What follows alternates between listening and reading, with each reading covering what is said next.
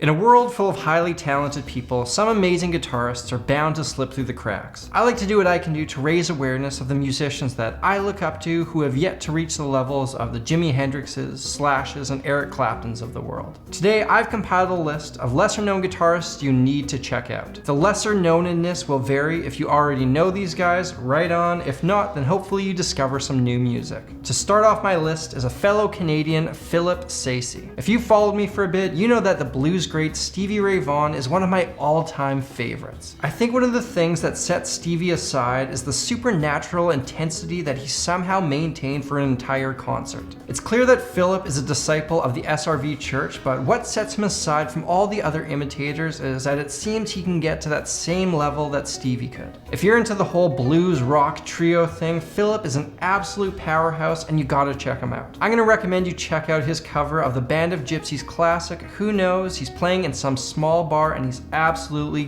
giving her. You can find the links in the description. Bonus piece of trivia, his guitar tech fixed one of my guitars once and did a great job. Next on my list is a fellow I've had the fortune to know personally, slide guitarist, singer, songwriter extraordinaire, Joey Landreth. Now, growing up in Winnipeg, you get to know people in the music community pretty quick since it's a fairly small city. Joey was one of those guys who was a step ahead of the pack even when he was a young teen. We worked in the same music store and he'd often jam out when he wasn't teaching lessons. Hearing him play was enough to inspire me to practice significantly harder. I would characterize him as someone deeply rooted in blues with an obvious knowledge of jazz who takes open tune slide guitar playing somewhere it's never been. His songwriting and singing is nothing to scoff at either, and he's also a genuine good guy. His first album won the Canadian equivalent of a Grammy. It's called Let It Lie by the brothers Landreth. If you want to check him out here on YouTube, there's a video where he's jamming out on a 57 Gibson Les Paul. It sounds heavenly.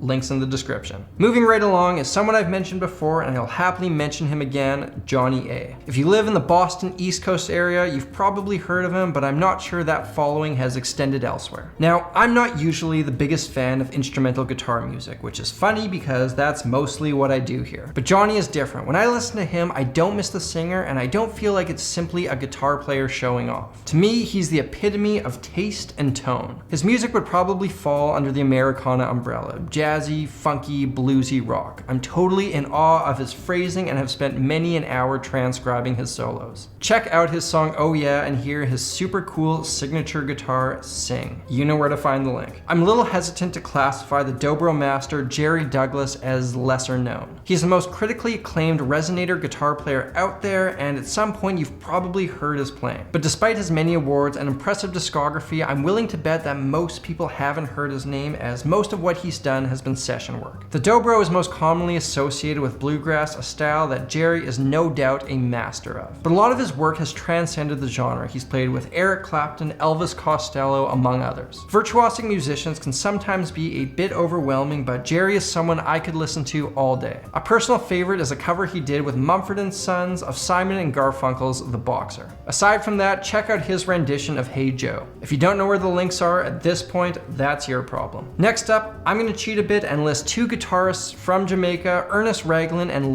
Taitt. I have a soft spot in my heart for early ska music. Don Drummond, the Scatolites, Prince Buster, and the like. Ernest and Lynn were the pioneers of ska guitar and played on many of my favorite recordings. That era of music isn't documented all that well, and a lot of the times I'm not sure which one of these guys played on which recording. Tait's style is rhythmic and sharp, and he would often implement those awesome trilly guitar fills commonly associated with ska. To hear him in action, check out the recording I Don't Want to See You Cry. Ernest is a bit smoother in his playing, using chords and octaves in a Wes Montgomery-esque style. I recommend listening to his song Surfin'. Moving on, we have an Israeli guitarist named Oznoy. And when you have an awesome name like Oznoy, you are destined for greatness. He's deeply entrenched in the New York jazz scene, but what I love about him is he's equal parts funk, blues, and rock as much as he is jazz. I think of all guitar players, if I could snap my fingers and have anyone's skill, it would be Oz. While it's evident his harmonic knowledge is otherworldly, he manages to stay listenable. I've had the pleasure of seeing him back when I lived in Toronto at a small jazz club called The Rex. I sat there for 3 hours, didn't blink once, and drooled all over the floor. When he was finished, I went into a catatonic state of enlightenment.